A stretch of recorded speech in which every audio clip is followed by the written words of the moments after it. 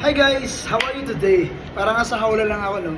Ito kasi yung isa sa mga lagayan namin ng mga gamit. And then tapos na kasi ako sa paglilinis. Kaya nag-vlog ako kasi masaya ako today. Approved na yung consumer proposal program ko for 6 years.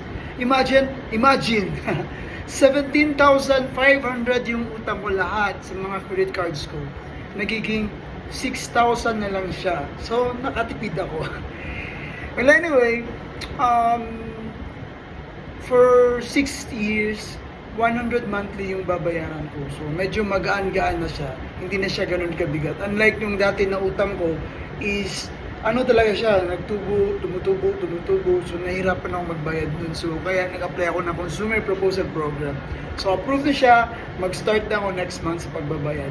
Yes, I'm totally, hindi pa naman debt-free kasi may babayaran ako every month. So, alam nyo ba na kailangan every time, kasi automatic deduction kailangan may pundo ka na pera doon kasi pag sa tatlong pagkakataon na hindi mo mabayaran or wala kang funds sa bangko mo, ibabalik siya sa dati na utang mo. Kaya make it sure talaga na may pondo yun para walang magiging problema. So, natutuwa lang kasi ako na at least approved na siya. So, magbabayad na ako next month. Until next time guys, have a good day everyone.